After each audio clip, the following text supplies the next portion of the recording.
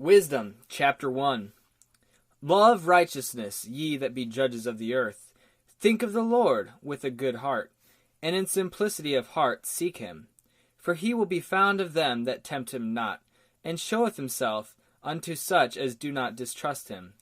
For froward thoughts separate from God, and his power, when it is tried, reproveth the unwise. For into a malicious soul wisdom shall not enter, nor dwell in the body that is subject unto sin. For the Holy Spirit of discipline will flee deceit, and remove from thoughts that are without understanding, and will not abide when unrighteousness cometh in. For wisdom is a loving spirit, and will not acquit a blasphemer of his words. For God is a witness of his reins, and a true beholder of his heart, and a hearer of his tongue. For the Spirit of the Lord filleth the world, and that which containeth all things hath knowledge of the voice. Therefore he that speaketh unrighteous things cannot be hid, neither shall vengeance, when it punisheth, pass by him. For inquisition shall be made into the counsel of the ungodly, and the sound of his words shall come unto the Lord for the manifestation of his wicked deeds. For the ear of jealousy heareth all things, and the noise of murmurings is not hid. Therefore beware of murmuring, which is unprofitable, and refrain your tongue from backbiting. For there is no word so secret that shall go for naught, and the mouth that belieth slayeth the soul. Seek not death in the error of your life, and pull not upon yourselves destruction with the works of your hands. For God made not death, neither hath he pleasure in the destruction of the living. For he created all things, that they might have their being, and the generations of the world were healthful. And there is no poison of destruction in them, nor the kingdom of death upon the earth. For righteousness is immortal.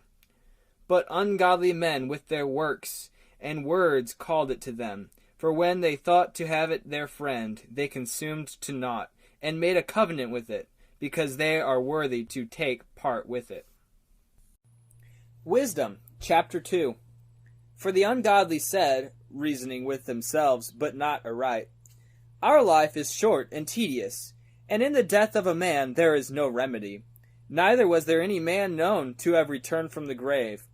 For we are born at all adventure, and we shall be hereafter as though we had never been.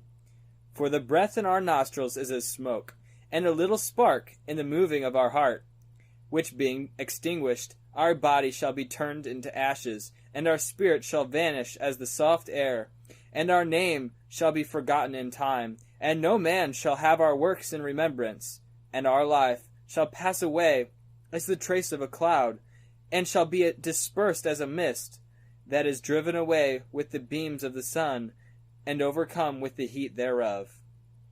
For our time is a very shadow that passeth away, and after our end there is no returning, for it is fast sealed, so that no man cometh again. Come on, therefore, let us enjoy the good things that are present, and let us speedily use the creatures like as in youth. Let us fill ourselves with costly wine and ointments, and let no flower of the spring pass by us. Let us crown ourselves with rosebuds before they be withered, and let none of us go without his part of our voluptuousness. Let us leave tokens of our joyfulness in every place, for this is our portion, and our lot is this. Let us oppress the poor righteous man, let us not spare the widow, nor reverence the ancient gray hairs of the aged. Let our strength be the law of justice, for that which is feeble is found to be nothing worth. Therefore, let us lie in wait for the righteous, because he is not for our turn, and he is clean contrary to our doings. He upbraideth us with our offending the law, and objecteth to our infamy the transgressings of our education. He professeth to have the knowledge of God, he calleth himself the child of the Lord. He was made to reprove our thoughts. He is grievous unto us even to behold, for his life is not like the others. His ways are of another fashion. We are esteemed of him as counterfeits. He abstaineth from our ways as from filthiness. He pronounceth the end of the just to be blessed, and maketh his boast that God is his Father. Let us see if his words be true, and let us prove what shall happen in the end of him. For if the just man be the Son of God, he will help him, and deliver him from the hand of his enemies. Let us examine him with despitefulness and torture, that we may know his meekness, and prove his patience. Let us condemn him with a shameful death, for by his own saying he shall be respected. Such things they did imagine, and were deceived. For their own wickedness hath blinded them. As for the mysteries of God, they know them not, neither hoped they for the wages of righteousness, nor discerned a reward for blameless souls. For God created man to be immortal, and made him to be an image of his own eternity. Nevertheless, through envy of the devil came death into the world, and they that do hold of his side do find it. Wisdom, chapter 3. But the souls of the righteous are in the hand of God, and there shall no torment touch them. In the sight of the unwise they seemed to die, and their departure is taken for misery, and their going from us to be utter destruction. But they are in peace, for though they be punished in the sight of men, yet is their hope full of immortality. And having been a little chastised, they shall be greatly rewarded, for God proved them, and found them worthy for himself. As gold in the furnace hath he tried them, and received them as a burnt offering. And in the time of their visitation they shall shine, and run to and fro like sparks among the stubble. They shall judge the nations, and have dominion over the people, and their Lord shall reign for ever. They that put their trust in him shall understand the truth, and such as be faithful in love shall abide with him. For grace and mercy is to his saints, and he hath care for his elect. But the ungodly shall be punished according to their own imaginations, which have neglected the righteousness, and forsaken the Lord. For whoso despiseth wisdom and nurture, he is miserable, and their hope is vain. Their labors unfruitful, and their works unprofitable. Their wives are foolish, and their children wicked. Their offspring is cursed. Wherefore blessed is the barren that is undefiled, which hath not known the sinful bed. She shall have fruit in the visitation of souls. And blessed is the eunuch, which with his hands hath wrought no iniquity, nor imagined wicked things against God. For unto him shall be given the special gift of faith, and an inheritance in the temple of the Lord more acceptable to his mind. For glorious is the fruit of good labors, and the root of wisdom shall never fall away. As for the children of adulterers, they shall not come to their perfection, and the seed of an unrighteous bed shall be rooted out. For though they live long, yet shall they be nothing regarded, and their last age shall be without honor. Or, if they die quickly, they have no hope, neither comfort in the day of trial. For horrible is the end of the unrighteous generation. Wisdom, chapter 4. Better it is to have no children, and to have virtue, for the memorial thereof is immortal, because it is known with God and with men.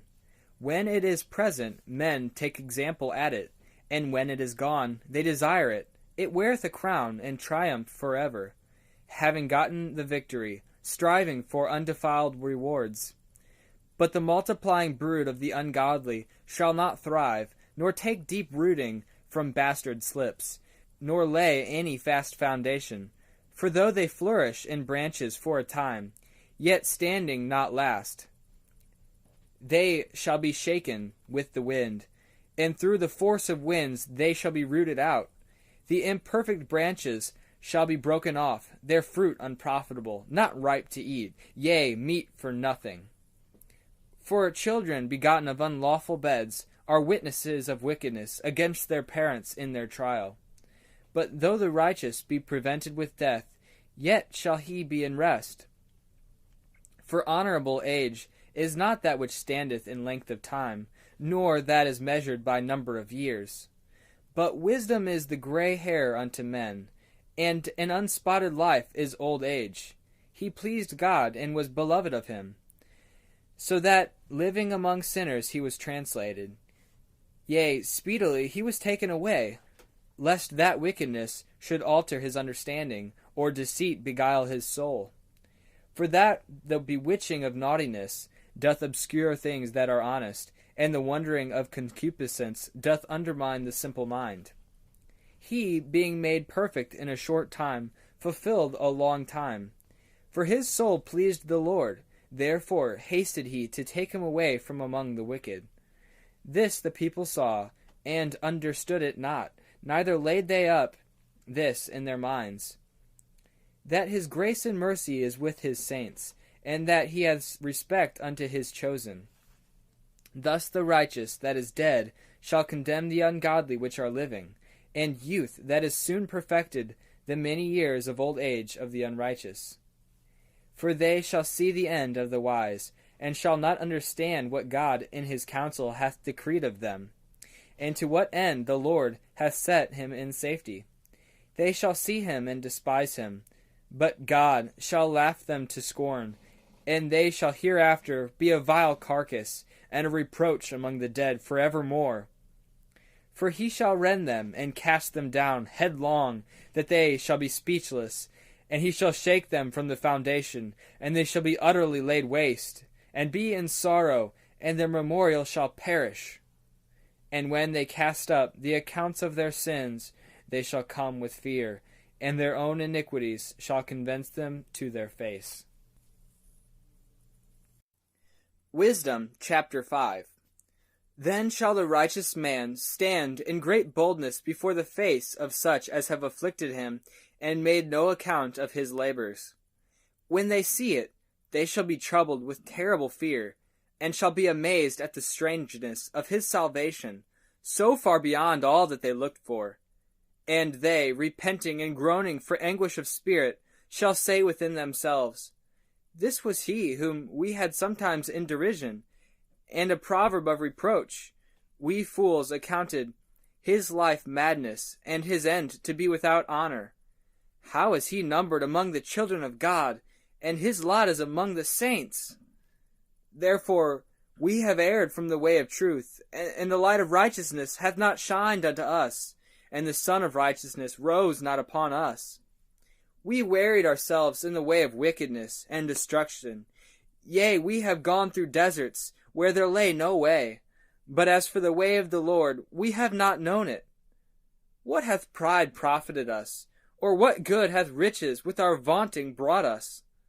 All those things are passing away like a shadow, and as a post that hasted by, and as a ship that passeth over the waves of the water, which when it is gone by, the trace thereof cannot be found, neither the pathway of the keel in the waves. Or, as when a bird hath flown through the air, there is no token of her way to be found, but the light air, being beaten with the stroke of her wings, and parted with the violent noise and motion of them, is passed through, and therein afterwards no sign where she went is to be found. Or, like as when an arrow is shot at a mark, it parteth the air, which immediately cometh together again, so that a man cannot know where it went through. Even so we are in like manner, as soon as we were born, began to draw to our end, and had no sign of virtue to show, but were consumed in our own wickedness. For the hope of the ungodly is like dust that is blown away with the wind, like a thin froth that is driven away with a storm, like as the smoke which is dispersed here and there with a tempest, and passeth away as the remembrance of a guest that tarrieth but a day. But the righteous live for evermore. Their reward also is with the Lord, and the care of them is with the Most High. Therefore shall they receive a glorious kingdom, and a beautiful crown from the Lord's hand. For with his right hand shall he cover them, and with his arm shall he protect them. He shall take to him his jealousy for complete armor, and make the creature his weapon for the revenge of his enemies.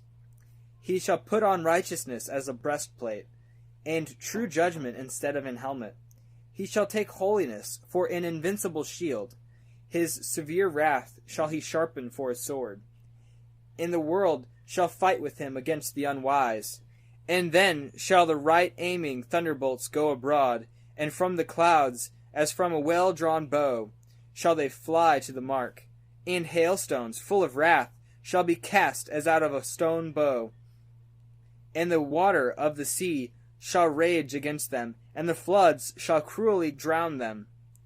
Yea, a mighty wind shall stand up against them, and like a storm shall blow them away.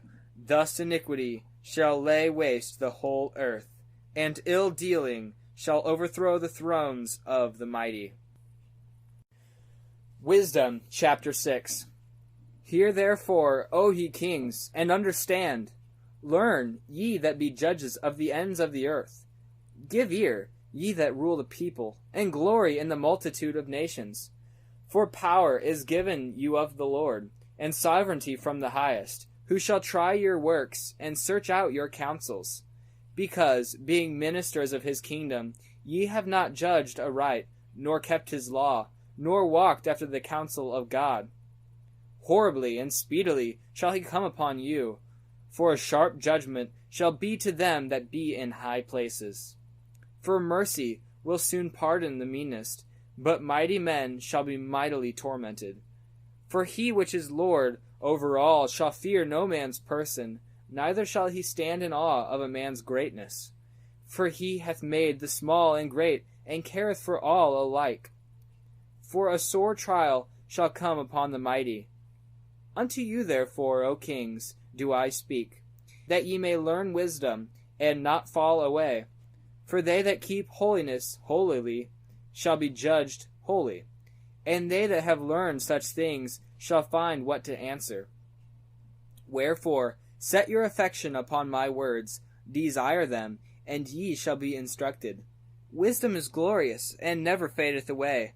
Yea, she is easily seen of them that love her, and found of such as seek her. She preventeth them that desire her, in making herself first known unto them. Whoso seeketh her early shall have no great travail, for he shall find her sitting at his doors. To think therefore upon her is perfection of wisdom, and whoso watcheth for her shall quickly be without care. For she goeth about seeking such as are worthy of her, showeth herself favorably unto them in the ways, and meeteth them in every thought. For the very true beginning of her is the desire of discipline, and the care of discipline is love. And love is the keeping of her laws, and the giving heed unto her laws is the assurance of incorruption. And incorruption maketh us near to God. Therefore the desire of wisdom bringeth to a kingdom. If your delight be them in thrones and scepters, O ye kings of the people, honor wisdom, that ye may reign for evermore. As for wisdom, what she is and how she came up, I will tell you, and will not hide mysteries from you, but will seek her out from the beginning of her nativity, and bring the knowledge of her into light, and will not pass over the truth. Neither will I go with consuming envy, for such a man shall have no fellowship with wisdom. But the multitude of the wise is the welfare of the world, and the wise king is the upholding of the people. Receive therefore instruction through my words, and it shall do you good. Wisdom, chapter 7. I myself also am a mortal man, like to all, and the offspring of him that was first made of the earth, and in my mother's womb was fashioned to be flesh in the time of 10 months, being compacted in blood, of the seed of man, and the pleasure that came with sleep. And when I was born, I drew in the common air, and fell upon the earth, which is of like nature. And the first voice which I uttered was crying, as all others do. I was nursed in swaddling clothes, and that with cares. For there is no king that had any other beginning of birth. For all men have one entrance into life, and the like going out. Wherefore I prayed, and understanding was given me. I called upon the Lord, and the spirit of wisdom came to me. I preferred her before scepters and thrones, and esteemed riches nothing in comparison of her. Neither compared I unto her any precious stone, because all gold in respect of her is as a little sand, and silver shall be counted as clay before her. I loved her above health and beauty, and chose to have her instead of light. For the light that cometh from her never goeth out. All good things together came to me with her, and innumerable riches in her hands. And I rejoiced in them all, because wisdom goeth before them, and I knew not that she was the mother of them. I learned diligently, and do communicate her liberally. I do not hide her riches. For she is a treasure unto men that never faileth, which they that use become the friends of God, being commended for the gifts that come from learning. For God hath granted me to speak as I would, and to conceive as is meet for the things that are given me. Because it is he that leadeth unto wisdom, and directeth the wise. For in his hand are both we and our words, all wisdom also, and knowledge of workmanship. For he hath given me certain knowledge of the things that are, namely, to know how the world was made, and the operation of the elements, the beginning, ending, and midst of the times, the alterations of the turning of the sun, and the change of the seasons, the circuits of years, and the positions of stars, the natures of living creatures, and the furies of wild beasts, the violence of winds, and the reasoning of men, the diversities of plants, and the virtues of roots, and all such things as are either secret or manifest, them I know. For wisdom, which is the worker of all things, taught me.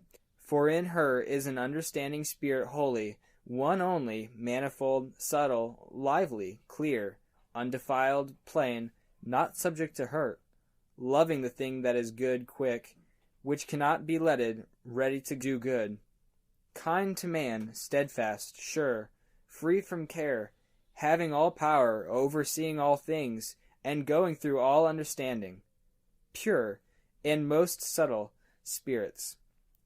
For wisdom is more moving than any motion. She passeth and goeth through all things by reason of her pureness. For she is the breath of the power of God, and a pure influence flowing from the glory of the Almighty. Therefore can no defiled thing fall into her. For she is the brightness of the everlasting light, the unspotted mirror of the power of God, and the image of his goodness. And being but one, she can do all things, and remaining in herself, she maketh all things new, and in all ages entering into holy souls, she maketh them friends of God, and prophets. For God loveth none but him that dwelleth with wisdom. For she is more beautiful than the sun, and above all the order of stars. Being compared with the light, she is found before it. For after this cometh night, but vice shall not prevail against wisdom. Wisdom, chapter 8.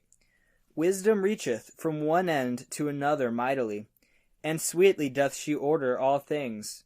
I loved her, and sought her out from my youth. I desired to make her my spouse, and I was a lover of her beauty. In that she is a conversant with God, she magnifieth herself nobility. Yea, the Lord of all things himself loved her.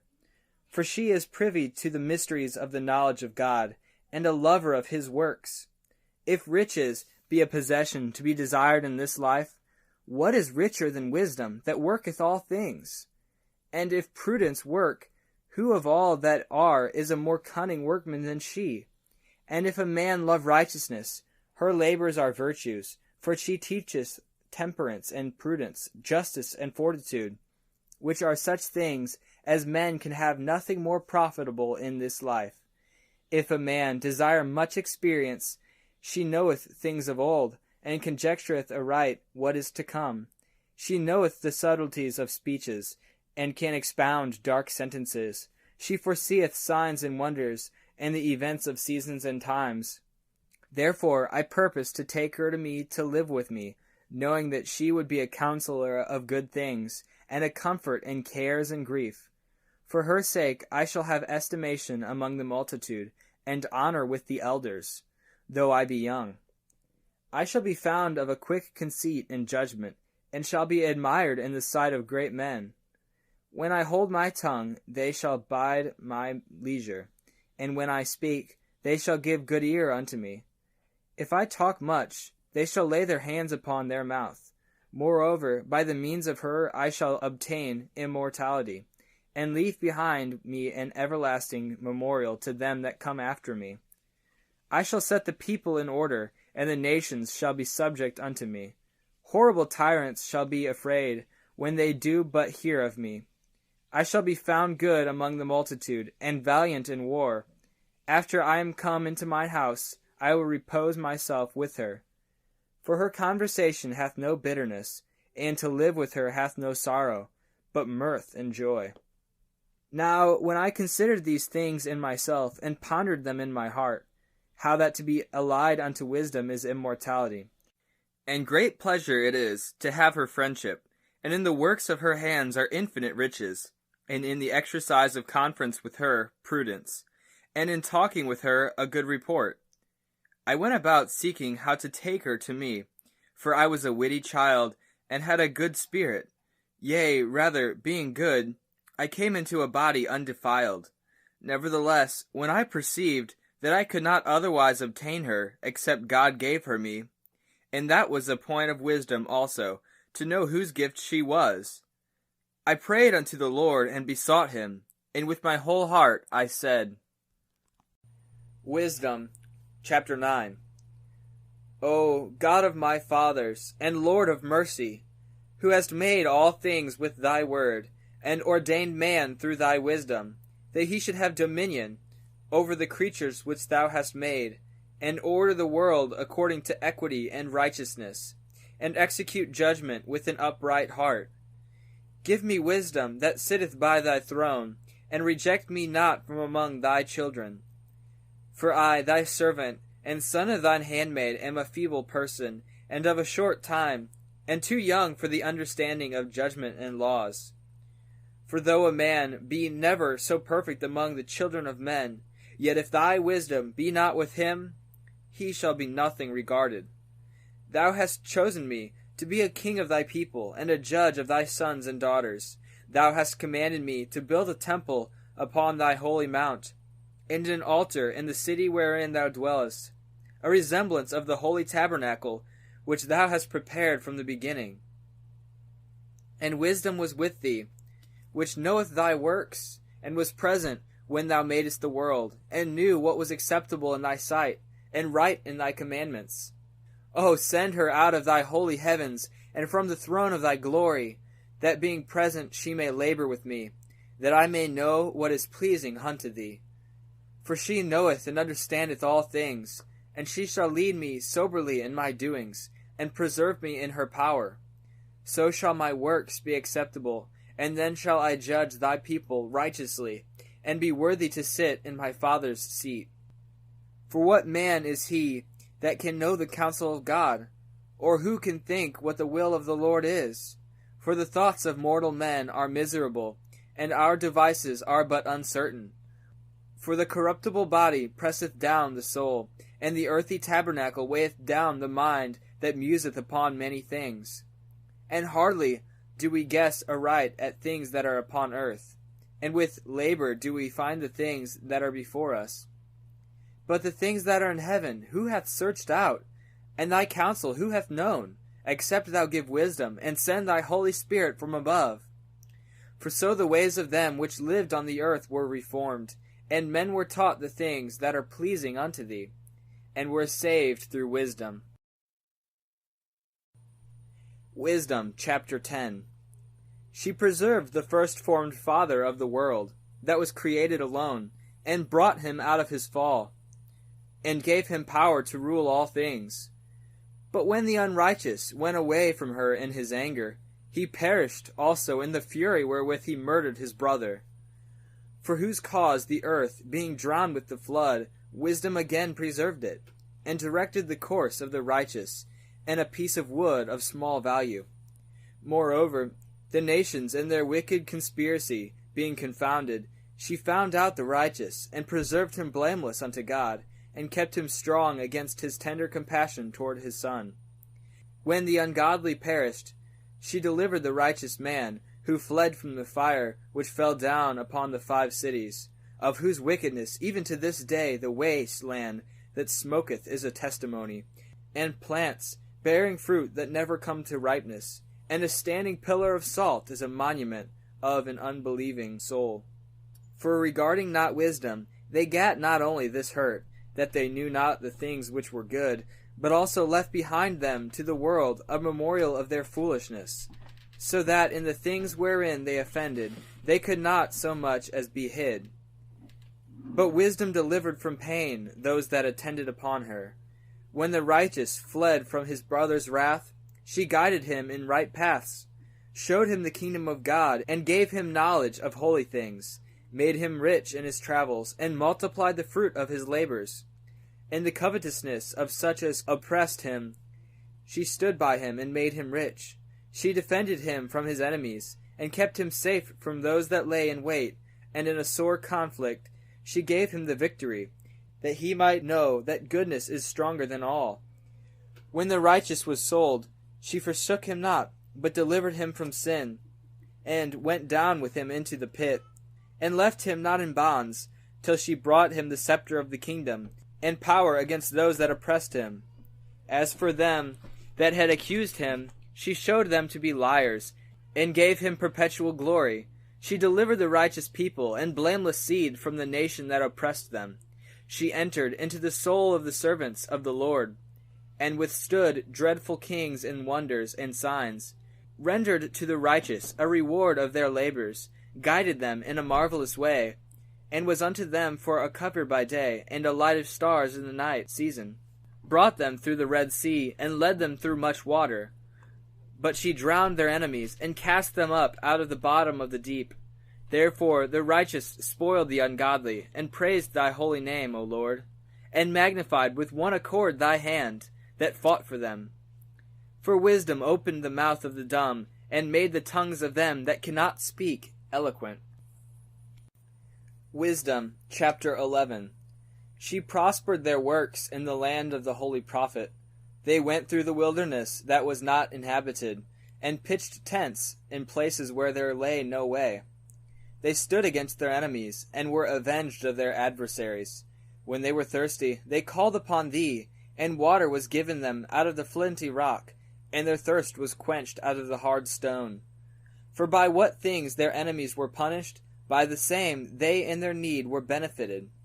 For instead of a fountain of perpetual running river, troubled with foul blood, for a manifest reproof of that commandment, whereby the infants were slain, thou gavest unto them abundance of water, by a means which they hoped not for, declaring by that thirst, then, how thou hadst punished their adversaries. For when they were tried, albeit but in mercy chastised, they knew how the ungodly were judged in wrath and tormented, thirsting in another manner than the just. For these thou didst admonish and try, as a father. But the other, as a severe king, thou didst condemn and punish. Whether they were absent or present, they were vexed alike, for a double grief came upon them, and a groaning for the remembrance of things past. For when they heard by their own punishments the other to be benefited, they had some feeling of the Lord, for whom they respected with scorn, when he was long before thrown out of the casting forth of the infants. Him in the end, when they saw what came to pass, they admired. But for the foolish devices of their wickedness, wherewith, being deceived, they worshipped serpents void of reason, and vile beasts, thou didst send a multitude of unreasonable beasts upon them for vengeance, that they might know that wherewithal a man sinneth, by the same also shall he be punished. For thy almighty hand, that made the world of matter without form, wanted not means to send among them a multitude of bears or fierce lions, or unknown wild beasts full of rage, newly created, breathing out either a fiery vapor or filthy scents of scattered smoke, or shooting horrible sparkles out of their eyes, whereof not only the harm might dispatch them at once, but also the terrible sight utterly destroy them. Yea, and without these might they have fallen down with one blast, being persecuted of vengeance, and scattered abroad through the breath of thy power. But thou hast ordered all things in measure, and number, and weight. For thou canst show thy great strength at all times when thou wilt, and who may withstand the power of thine arm? For the whole world before thee is as a little grain of the balance, yea, as a drop of the morning dew that falleth down upon the earth. But thou hast mercy upon all, for thou canst do all things, and winkest at the sins of men, because they should amend. For thou lovest all things that are, and abhorrest nothing which thou hast made. For never wouldest thou have made anything if thou hadst hated it. And how could anything have endured if it had not been by thy will? Or been preserved if not called by thee? But thou sparest all, for they are thine, O Lord, thou lover of souls. Wisdom, chapter 12. For thine incorruptible spirit is in all things. Therefore chastenest thou them by little and little that offend, and warnest them by putting them in remembrance wherein they have offended, that leaving their wickedness they may believe on thee, O Lord. For it was thy will to destroy by the hands of our fathers both those old inhabitants of thy holy land, whom thou hatedst for doing most odious works of witchcrafts and wicked sacrifices, and also those merciless murderers of children, and devourers of man's flesh, and the feasts of blood, with their priests out of the midst of their idolatrous crew, and the parents that killed with their own hands souls destitute of help, that the land, which thou esteemest above all other, might receive a worthy colony of God's children. Nevertheless, even those thou sparedst as men, and didst send wasps, forerunners of thine host, to destroy them by little and little. Not that thou wast unable to bring the ungodly under the hand of the righteous in battle, or to destroy them at once with cruel beasts, or with one rough word, but executing thy judgments upon them by little and little, thou gavest them place of repentance, not being ignorant that they were a naughty generation, and that their malice was bred in them, and that their cogitation would never be changed. For it was a cursed seed from the beginning, neither didst thou for fear of any man give them pardon for those things wherein they sinned. For what shall say, What hast thou done? Or who shall withstand thy judgment? Or who shall accuse thee for the nations that perish, whom thou made? Or who shall come to stand against thee, to be revenged for the unrighteous men? For neither is there any God but thou that careth for all, to whom thou mightest show that thy judgment is not unright. Neither shall king or tyrant be able to set his face against thee for any whom thou hast punished. For so much then as thou art righteous thyself, thou orderest all things righteously, thinking it not agreeable with thy power to condemn him that hath not deserved to be punished. For thy power is the beginning of righteousness, and because thou art the Lord of all, it maketh thee to be gracious unto all. For when men will not believe that thou art of a full power, thou showest thy strength, and among them that know it thou makest their boldness manifest. But thou, mastering thy power, judgest with equity, and orderest us with great favor. For thou mayest use power when thou wilt. But by such works hast thou taught thy people that the just man should be merciful, and hast made thy children to be of a good hope, that thou givest repentance for sins.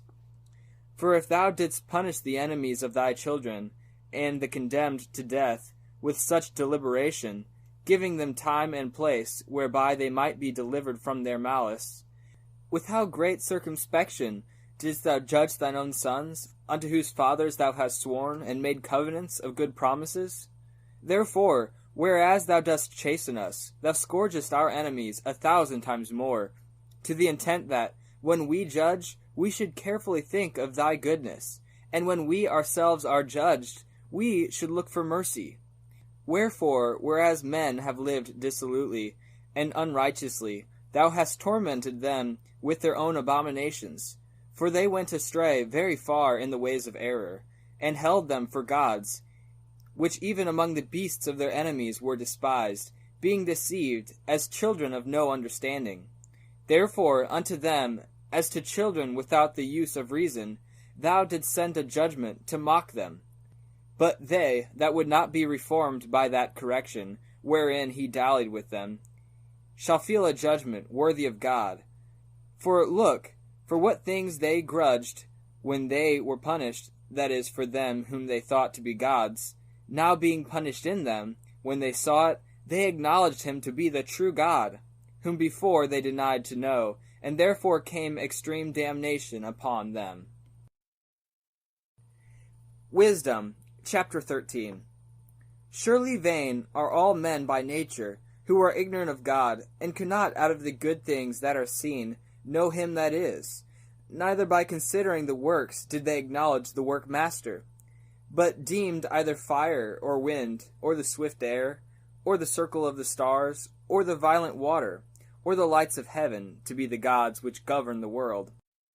With whose beauty, if they, being delighted, took them to be gods, let them know how much better the Lord of them is. For the first author of beauty hath created them. But if they were astonished at their power and virtue, let them understand by them how much mightier he is that made them. For by the greatness and beauty of the creatures, proportionably the maker of them is seen.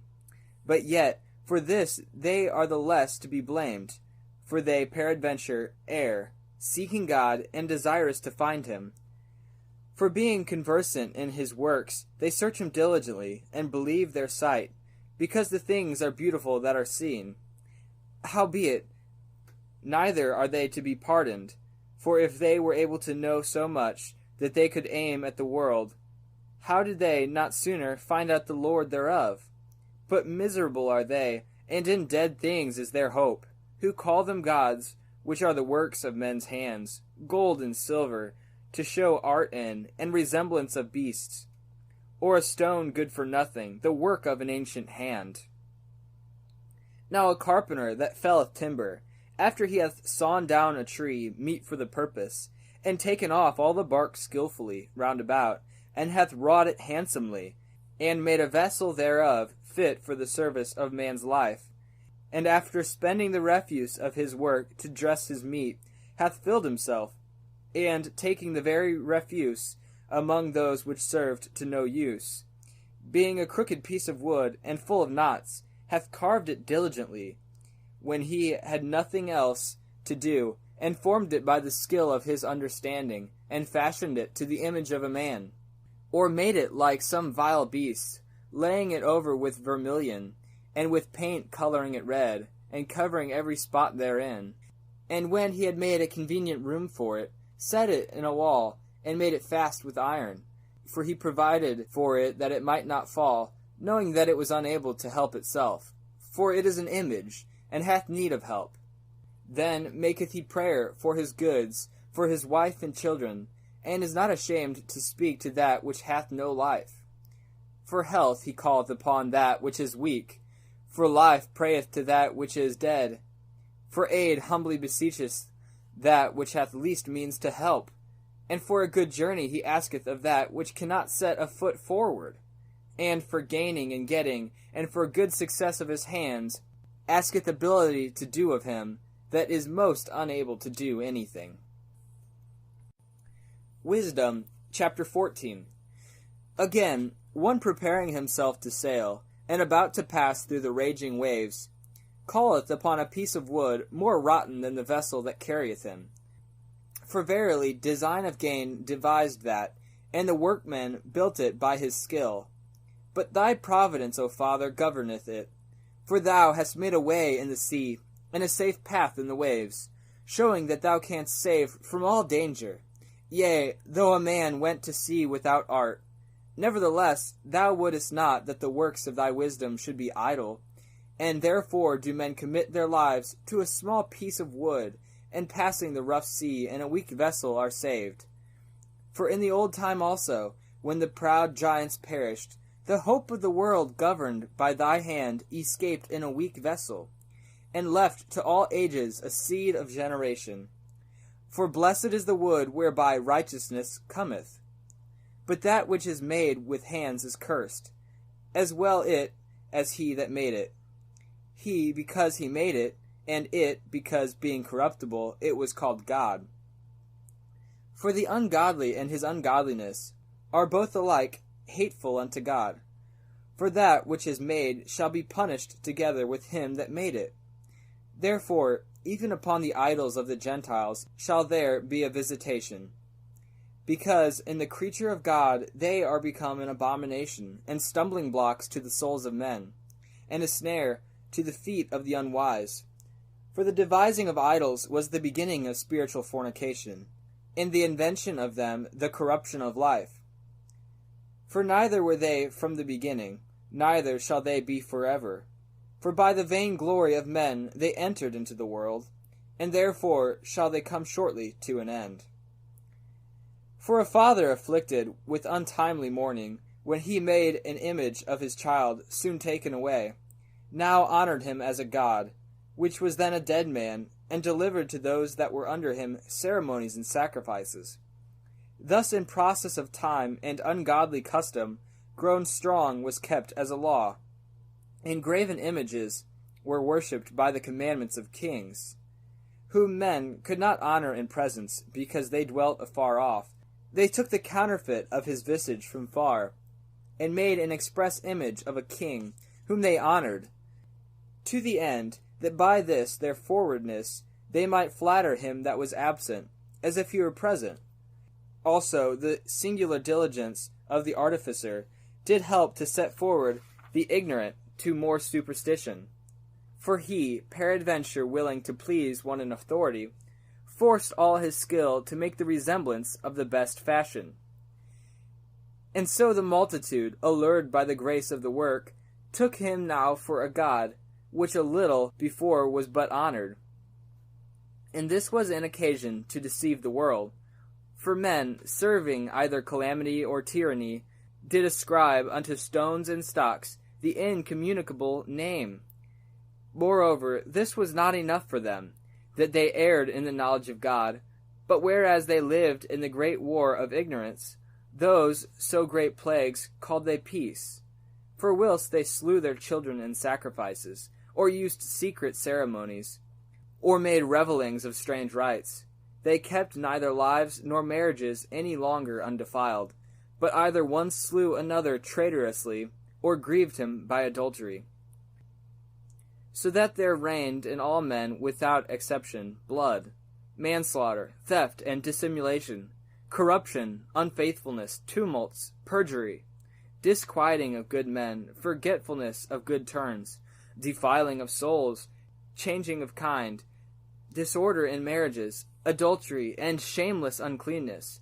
For the worshipping of idols not to be named is the beginning, the cause, and the end of all evil. For either they are mad when they be merry, or prophesying lies, or live unjustly, or else likely forswear themselves. For insomuch as their trust is in idols, which have no life, though they swear falsely, yet they look not to be hurt. Howbeit, for both causes they shall be justly punished, both because they thought not well of God, giving heed unto idols, and also unjustly sore in deceit, despising holiness. For it is not the power of them by whom they swear, but it is the just vengeance of sinners, that punisheth always the offense of the ungodly. Wisdom, chapter 15. But thou, O Lord, art gracious and true, long-suffering, and in mercy ordering all things. For if we sin, we are thine, knowing thy power. But we will not sin, knowing that we are counted thine. For to know thee is perfect righteousness, yea, to know thy power is the root of immortality. For neither did the mischievous invention of men deceive us, nor an image spotted with divers colors, the painter's fruitless labor, the sight whereof enticeth fools to lust after it, and so they desire the form of a dead image that hath no breath. Both they that make them, they that desire them, and they that worship them, are lovers of evil things, and are worthy to have such things to trust upon. For the potter, tempering soft earth, fashioneth every vessel with much labor for our service. Yea, of the same clay he maketh both the vessels that serve for clean uses, and likewise also all such as serve to the contrary. But what is the use of either sort? The potter himself is the judge. And employing his labours lewdly, he maketh a vain god of the same clay, even he which a little before was made of earth himself, and within a little while after returneth to the same. out when his life which was lent him shall be demanded. Notwithstanding, his care is, not that he should have much labor, nor that his life is short, but striveth to excel goldsmiths and silversmiths, and endeavoureth to do like the workers in brass, and counteth it his glory to make counterfeit things. His heart is ashes, his hope is more vile than earth, and his life of less value than clay. Forasmuch as he knew not his Maker, and him that inspired into him an active soul, and breathed in a living spirit, but they counted our life a pastime, and our time here a market for gain. For, say they, we must be getting every way, though it be by evil means.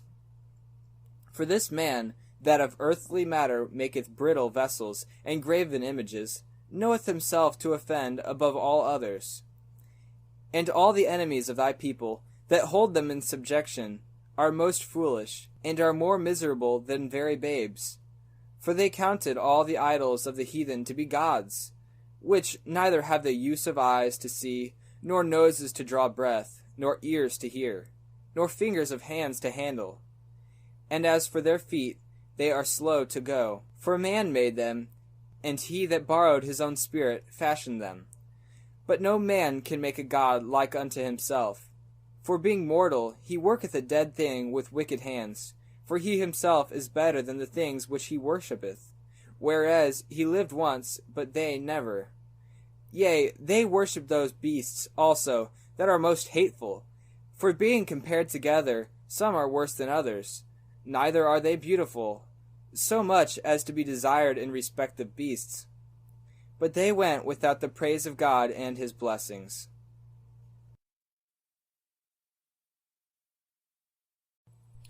Wisdom, chapter 16. Therefore, by the like were they punished worthily, and by the multitude of beasts tormented. Instead of which punishment, dealing graciously with thine own people, thou preparedst for them meat of a strange taste, even to quails to stir up their appetite, to the end that they, desiring food, might for the ugly sight of the beasts sent among them loathe even that which they must needs desire. But these, suffering penury for a short space, might be made partakers of a strange taste.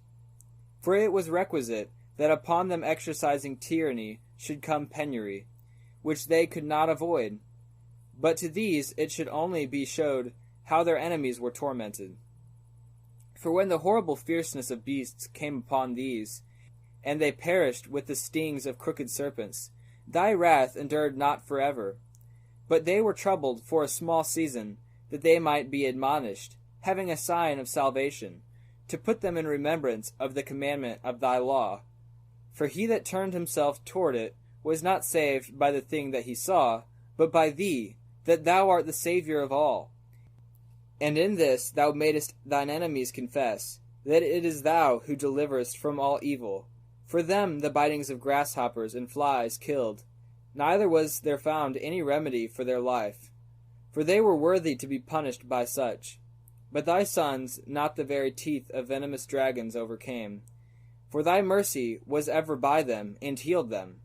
For they were pricked, that they should remember thy words, and were quickly saved, that not falling into deep forgetfulness, they might be continually mindful of thy goodness. For it was neither herb, nor mollifying plaister, that restored them to health, but thy word, O Lord, which healeth all things. For thou hast power of life and death, and thou leadest to the gates of hell, and bringest up again. A man indeed killeth through his malice, and the spirit, when it is gone, returneth not. Neither the soul received up cometh again. But it is not possible to escape thine hand. For the ungodly, that denied to know thee, were scourged by the strength of thine arm. With strange rains, hails, and showers were they persecuted, that they could not avoid, and through fire were they consumed. For which is the most to be wondered at? The fire had more force in the water that quenched all things, for the world fighteth for the righteous. For sometime the flame was mitigated, that it might not burn up the beasts that were sent against the ungodly, but themselves might see and perceive that they were persecuted with the judgment of God. And at another time it burneth even in the midst of water above the power of fire, that it might destroy the fruits of an unjust land. Instead whereof thou feddest thine own people with angels' food, and didst send them from heaven bread prepared without their labor, able to content every man's delight, and agreeing to every taste. For thy sustenance declared thy sweetness unto thy children, and serving to the appetite of the eater, tempered itself to every man's liking. But snow and ice endured the fire, and melted not, that they might know that the fire burning in the hail, and sparkling in the rain, did destroy the fruits of the enemies. But this again did even forget his own strength, that the righteous might be nourished. For the creature that serveth thee, who art the Maker, increaseth his strength against the unrighteous for their punishment, and abateth his strength for the benefit of such as put their trust in thee. Therefore even then was it altered into all fashions, and was obedient to thy grace, that nourisheth all things, according to the desire of them that had need.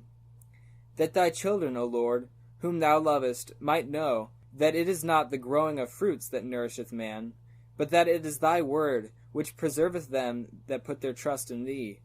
For that which was not destroyed of the fire, being warmed with a little sunbeam, soon melted away, that it might be known that we must prevent the sun to give thee thanks, and at the dayspring pray unto thee. For the hope of the unthankful shall melt away at the winter's hoar frost, and shall run away as unprofitable water. Wisdom, chapter 17. For great are thy judgments, and cannot be expressed. Therefore unnurtured souls have erred. For when unrighteous men thought to oppress the holy nation, they, being shut up in their houses, the prisoners of darkness, and fettered with the bonds of a long night, lay there exiled from the eternal providence. For while they supposed to lie hid in their secret sins, they were scattered under a dark veil of forgetfulness, being horribly astonished and troubled with the strange apparitions. For neither might the corner that held them keep them from their fear, but noises as of waters falling down sounded about them, and sad visions appeared unto them with heavy countenances. No power of the fire might give them light, neither could the bright flames of the stars endure to lighten that horrible night. Only there appeared unto them a fire kindled of itself, very dreadful. For being much terrified, they thought the things which they saw to be worse than the sight they saw not. As for the illusions of art and magic, they were put down, and their vaunting in wisdom was reproved with disgrace. For they that promised to drive away terrors and troubles from a sick soul were sick themselves of fear, worthy to be laughed at. For though no terrible thing did fear them, yet, being scared with beasts that pass by, and hissing of serpents, they died for fear, denying that they saw the air which could of no side be avoided. For wickedness, condemned by her own witness, is very timorous, and being pressed with conscience, also forecasteth grievous things. For fear is nothing else but a betraying of the succours which reason offereth, and the expectation from within, being less, counteth the ignorance more than the cause which bringeth the torment. But they, sleeping the same sleep that night, which was indeed intolerable, and which came upon them out of the bottoms of inevitable hell, were partly vexed with monstrous apparitions, and partly fainted, their heart failing them. For a sudden fear, and not looked for, came upon them. So then whosoever there fell down was straitly kept, shut up in a prison without iron bars. For whether he were husbandman or shepherd, or a laborer in the field, he was overtaken, and endured that necessity, which could not be avoided. For they were all bound with one chain of darkness, whether it were a whistling wind, or a melodious noise of birds among the spreading branches, or a pleasing fall of water running violently, or a terrible sound of stones cast down, or a running that could not be seen of skipping beasts, or a roaring voice of most savage wild beasts, or a rebounding echo from the hollow mountains.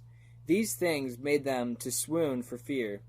For the whole world shined with clear light, and none were hindered in their labor.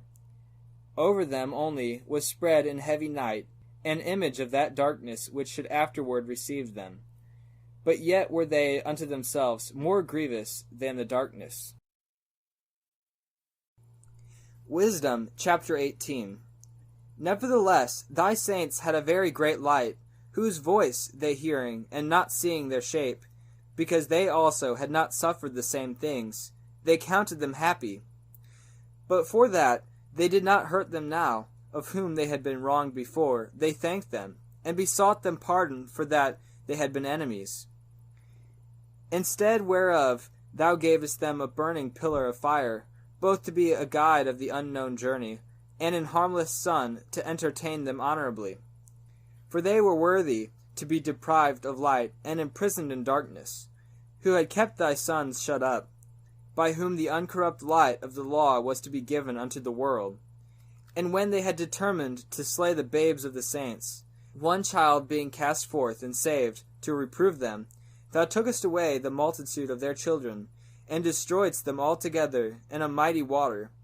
Of that night were our fathers certified afore, that assuredly knowing unto what oaths they had given credence, they might afterwards be of good cheer. So of thy people was accepted both the salvation of the righteous, and destruction of the enemies. For wherewith thou didst punish our adversaries, by the same thou didst glorify us, whom thou hadst called. For the righteous children of good men did sacrifice secretly, and with one consent made a holy law, that the saints should be like partakers of the same good and evil, the fathers now singing out the songs of praise. But on the other side there sounded an ill-according cry of the enemies, and a lamentable noise was carried abroad for children that were bewailed. The master and the servant were punished after one manner, and like as the king, so suffered the common person. So they all together had innumerable dead with one kind of death. Neither were the living sufficient to bury them. For in one moment the noblest offspring of them was destroyed. For whereas they would not believe anything by reason of the enchantments, upon the destruction of the firstborn, they acknowledged this people to be the sons of God. For while all things were in quiet silence, and that night was in the midst of her swift course, thine almighty word leaped down from heaven, out of thy royal throne, as a fierce man of war, into the midst of the land of destruction, and brought thine unfeigned commandment as a sharp sword, and standing up, filled all things with death, and it touched the heaven, but it stood upon the earth. Then suddenly visions of horrible dreams troubled them sore, and terrors came upon them unlooked for. And one thrown here, and another there, half dead, showed the cause of his death. For the dreams that troubled them did foreshow this, lest they should perish, and not know why they were afflicted. Yea, the tasting of death touched the righteous also, and there was a destruction of the multitude in the wilderness. But the wrath endured not long.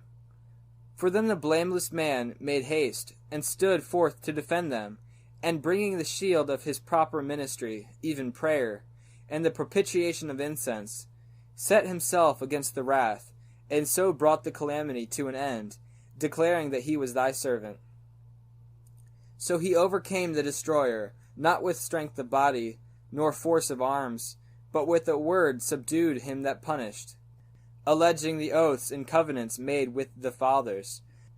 For when the dead were now fallen down by heaps one upon another, standing between, he stayed the wrath, and parted the way to the living.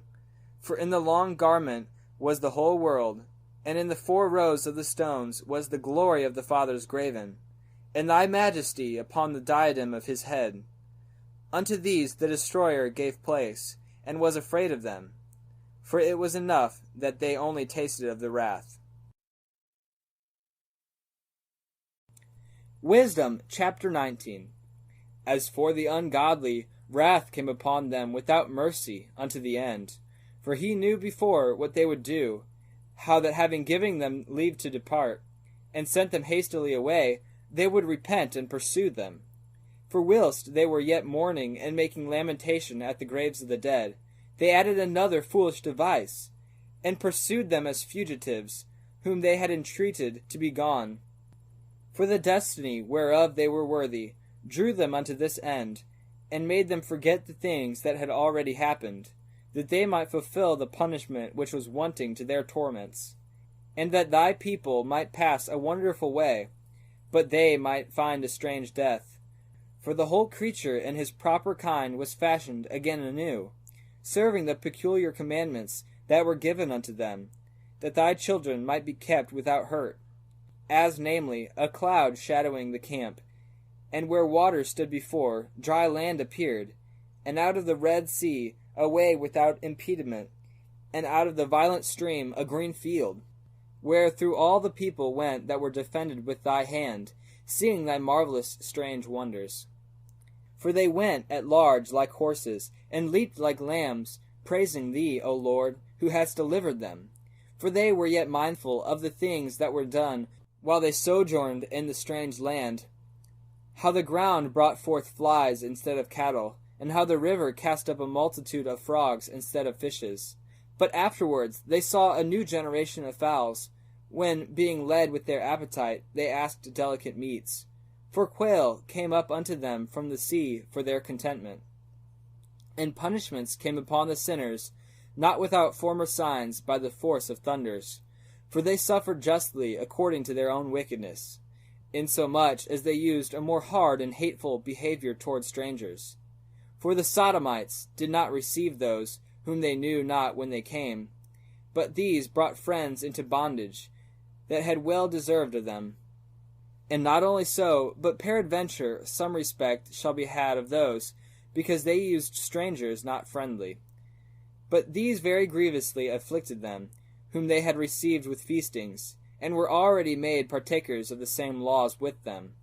Therefore, even with blindness were these stricken, as those were at the doors of the righteous man, when, being compassed about with horrible great darkness, every one sought the passage of his own doors. For the elements were changed in them by a kind of harmony, like as in a psaltery notes change the name of the tune, and yet are always sounds, which may well be perceived by the sight of the things that have been done. For earthly things were turned into watery, and the things that before swam in the water now went upon the ground. The fire had power in the water, forgetting his own virtue, and the water forgat his own quenching nature. On the other side, the flames wasted not the flesh of the corruptible living things, though they walked therein, neither melted they the icy kind of heavenly meat that was of nature apt to melt. For in all things, O Lord, thou didst magnify thy people, and glorify them, neither didst thou lightly regard them, but did assist them in every time and place.